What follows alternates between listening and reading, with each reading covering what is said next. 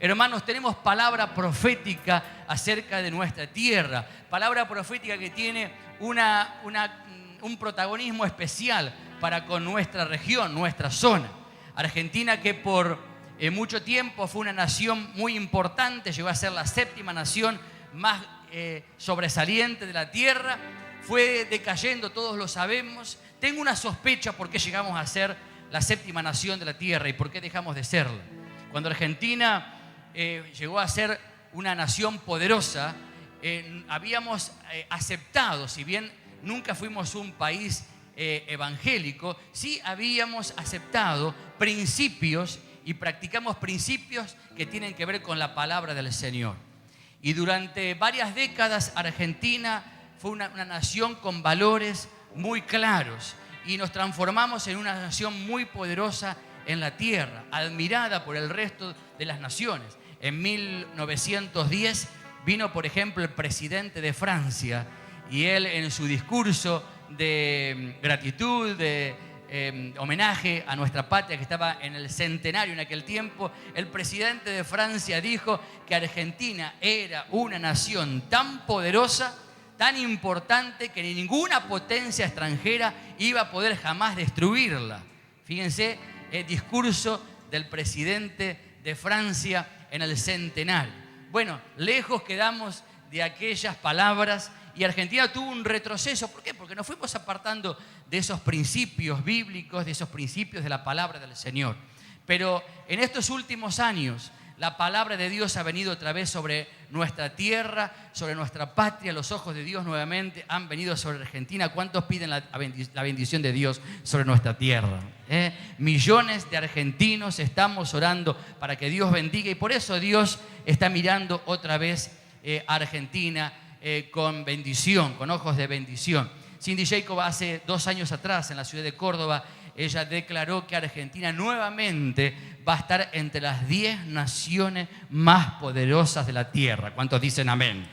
Creemos en esa palabra y nos comprometemos con esa palabra, nos jugamos con esa palabra. Dios quiere hacer maravillas en Argentina como no han sido hechas en ninguna otra nación de la tierra. Y les decía recién que yo creo que nuestra región tiene un protagonismo muy especial en este crecimiento, en este despego de Argentina, porque Argentina fue una nación poderosa hace 100 años atrás porque éramos el granero del mundo. Ustedes recuerdan esto. Y Argentina nuevamente se está transformando en el supermercado de alimentos del mundo. Estamos ya alimentando alrededor de 400 millones de personas. Así que toda nuestra región juega un rol muy importante y nosotros tenemos que estar siendo agentes de transformación. Dice la palabra de Dios en Génesis 1:3, y dijo Dios, sea la luz, y fue la luz. Y esto nos lleva a una tercera etapa en la transformación de una familia, de una persona, de una empresa, de una ciudad, de una provincia, de una nación. La tercera etapa, luego del diagnóstico, desde donde uno parte hacia la incubación, tenemos que ir finalmente al alumbramiento. Las mujeres que han sido madres saben de esto. Hay un momento donde la mujer empieza su hogar, se junta a su esposo, se unen los dos. A lo mejor el diagnóstico en ese momento primario es un poco negativo y cuando la mujer se casa, después de algunas semanas, el príncipe azul, ya más que azul es medio negro, el panorama es un poco sombrío, pero a partir de que el diagnóstico comienza a ser un tanto negativo, sin embargo la obra de Dios va actuando en ese hogar y luego de un proceso de incubación finalmente viene el nacimiento de los hijos. Bueno, nosotros tenemos experiencia en esto, tuvimos 5 hijos, los 5 varones, acá me acompaña el más grande, está conmigo, mi esposa quedó en nuestra congregación con los otros 4 que están ayudando y ministrando en la iglesia, pero sabemos como padres lo que significa incubar y también sabemos la bendición que hay cuando vemos finalmente el nacimiento. Y en este tiempo, en estos momentos, estoy hablando del nacimiento de una nación o de una ciudad transformada. Dijo Dios, por su palabra, sea la luz. Después de que Él estuvo incubando, sea la luz, y la luz finalmente fue. Y dijo Dios, produzcan las aguas seres vivientes y aves que vuelen sobre la tierra, produzca la tierra seres vivientes según su género, bestias y serpientes y animales de la tierra según su especie, y así fue. Dios utilizó su palabra para dar nacimiento a la transformación o a la recreación de la tierra en base al diagnóstico tan negativo, y luego de la incubación del Espíritu Santo, finalmente viene el origen, el nacimiento de una tierra transformada. Dios utiliza su palabra, y vos también podés estar utilizando tu palabra para dar nacimiento a la transformación de tu propia vida, de tu propio hogar, de tu tierra chica, y por supuesto también podés estar usando tu palabra, las palabras en base a la palabra de Dios, para estar transformando tu pequeño cosmos, tu pequeño mundo, pero también, por supuesto, el mundo a nuestro alrededor. La palabra afecta toda la vida. Se ha descubierto hace pocas décadas atrás.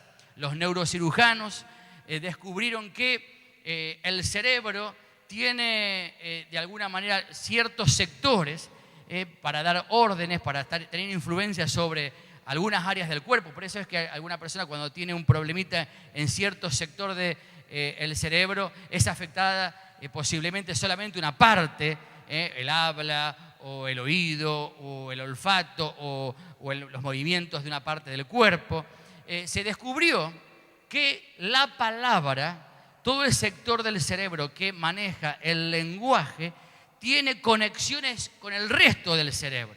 De tal manera que podríamos decir, la palabra controla el resto del cuerpo. Es decir, que cuando yo digo algo, sea bueno, sea malo, sea positivo, sea negativo, comienza a estar afectando todo nuestro ser. Por eso es tan importante la palabra. Tenés que tener mucho cuidado qué palabras vas a decir mañana. Tenés que tener mucho cuidado qué declaraciones estás haciendo en este tiempo acerca de tu vida, acerca de tu ciudad, acerca de tu familia, acerca de tu hijo, acerca de tu patrón, acerca de la maestra, del alumno, del que sea.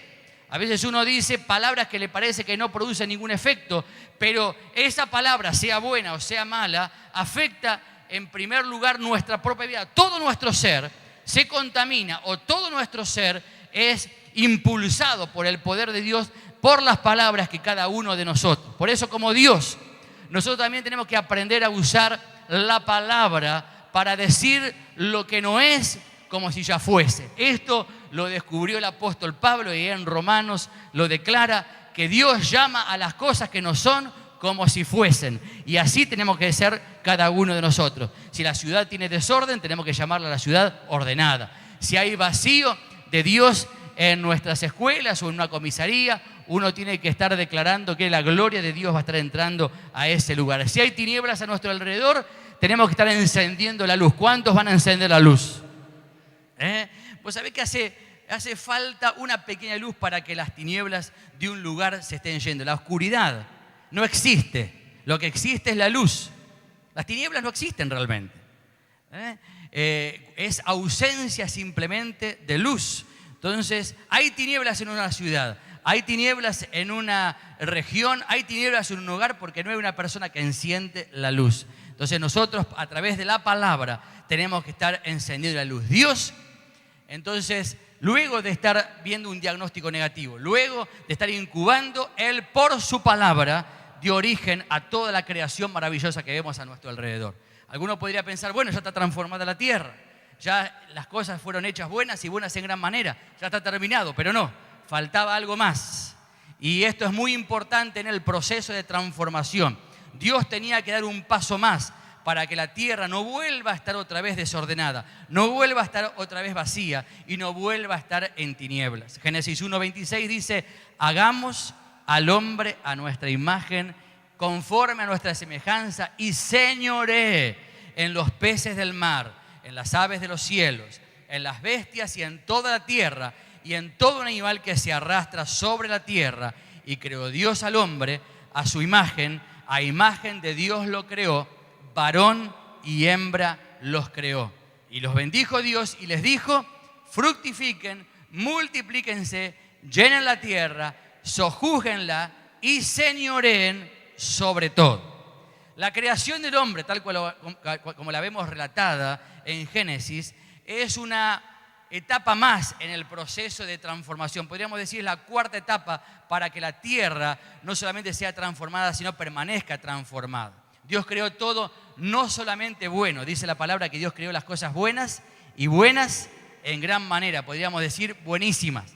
Pero para que lo buenísimo no se eche a perder nuevamente, Dios creó al hombre y lo bendijo con 5 bendiciones que recién las estábamos relatando. Entonces, había un plan de Dios para que la tierra no se vuelva a desordenar. Había un plan de Dios para que la tierra no vuelva a quedar vacía. Había un plan de Dios para que la tierra tenga siempre luz. Y en ese plan de Dios lo coloca al hombre, la coloca a la mujer, para que sean protagonistas del mantenimiento de una tierra transformada. Estas bendiciones que Dios le dio a Adán y a Eva, que están relatadas en Génesis 1, las podíamos estar analizando de la siguiente manera. La primera bendición de estas 5 tiene que ver con fructificar. Y fructificar equivale a decir que una persona tiene la capacidad, tiene el poder, aunque el poder sea latente, para ser fructífero. Cada persona tiene poder para ser productivo. A veces ese poder queda como encerrado.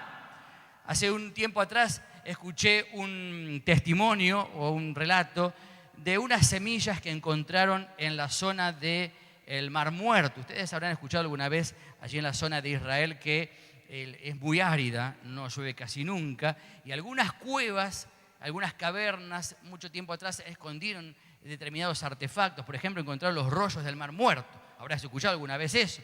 Eran porciones de la palabra que tenían, no sé, 1000 y pico de años de antigüedad y se conservaron bastante bien en unas tinajas. Bueno, también encontraron unas tinajas hace un tiempo atrás, algunas semillas. Y alguien hizo lo que cualquier curioso haría, poner las semillas en la tierra a ver qué es lo que sale.